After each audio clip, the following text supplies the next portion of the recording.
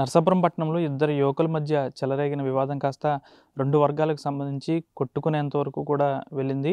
ఈ నెల 6వ తేదీన రెల్లిపేటకు చెందిన చిన్నబొబ్బులు అనే ఒక యువకుడు తన వాహనంపై వెళ్తుండగా అదే పక్కనే ఉన్న అరుంధతిపేటకు చెందిన ప్రదీప్ అనే ఒక యువకుడు హారన్ మోగించడంతో అక్కడ ఇద్దరికి మొదలైన గొడవ కాస్త 2 వర్గాలు రెల్లిపేటకు సంబంధించి, అరుంధతిపేటకు సంబంధించి 2 వర్గాల ప్రజలకు పెద్ద ఎత్తున గొడవ అనేది జరిగింది. చివరకు రాళ్ళు, కర్రలు విసురుకునేంత స్థాయికైతే వెళ్ళింది. అయితే ఈ 6వ తేదీన జరిగిన ఈ ఘటనతో అక్కడ వారిద్దరూ కూడా బాహాబాహీకి దిగారు చిన్నబొబ్బులు, ప్రదీప్. అయితే వెంటనే అక్కడికి చుట్టుపక్కల వారందరూ చేరుకున్నారు. పోలీసులు కూడా వచ్చారు. అయితే అక్కడి నుంచి వారిని సముదాయించే ప్రయత్నం చేశారు. అయితే అక్కడ కూడా చిన్నగా ఘర్షణ కావడంతో వారిద్దరికీ కూడా గాయాలయ్యాయి.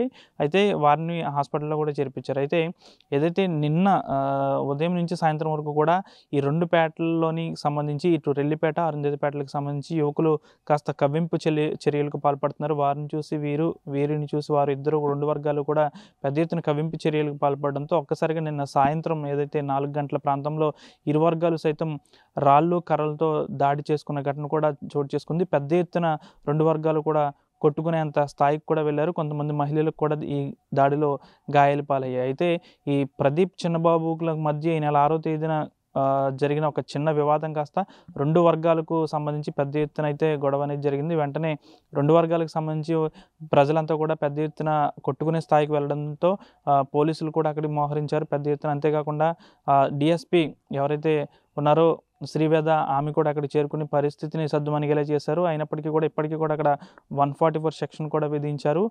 దాదాపు నరసాపురం నుంచి ఇతర ప్రాంతాల నుంచి కూడా ఏఆర్ బలగాలను కూడా తెప్పించి అక్కడ పరిస్థితి సద్దుమణిగేలా చేశారు. అయినప్పటికీ కూడా కవ్వింపు చర్యలు కూడా నిన్న తారాస్థాయికి వెళ్ళాయి. అయితే పోలీసులు లాఠీ చార్జ్ చేసే ప్రయత్నం కూడా చేశారు. అయినప్పటికీ కూడా అక్కడ పరిస్థితి సద్దుమణగపోవడంతో ఇక రంగంలోకి దిగిన డీఎస్పీ మైక్ అనౌన్స్మెంట్ కూడా చేసిన పరిస్థితి కూడా ఏర్పడింది. చిట్టచివరిగా సాయంత్రం 6-7 గంటల ప్రాంతంలో కాస్త పరిస్థితి సద్దుమణగడంతో పోలీసులు అందరూ కూడా ఊపిరి పీల్చుకున్న పరిస్థితి. ప్రస్తుతం కూడా అక్కడ 144 సెక్షన్ అయితే నమోదైంది.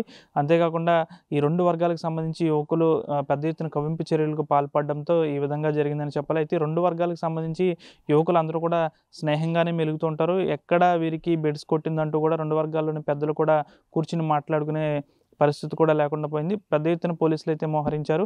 ప్రస్తుతం అయితే అక్కడ పరిస్థితి అయితే అదుపులోకి వచ్చింది. 2 వర్గాల యువకుల్ని కూడా సముదాయించే స్థితిలో కూడా పోలీసులు ఉన్నారు. అంతేకాకుండా పెద్దల సమక్షంలో కూడా దీనికి సంబంధించి ఈ గొడవను రాజీ చేసే ప్రయత్నం కూడా జరుగుతుంది. వీడియో జర్నలిస్ట్ శేఖర్తో మన RTV పశ్చిమ గోదావరి నుంచి. మరిన్ని వీడియోస్ కోసం ఛానల్ ని సబ్స్క్రైబ్ చేయండి. లేటెస్ట్ అప్డేట్స్ కోసం వాట్సాప్ ఛానల్ ని ఫాలో అవ్వండి. ఆ లింక్ డిస్క్రిప్షన్ లో ఉంది.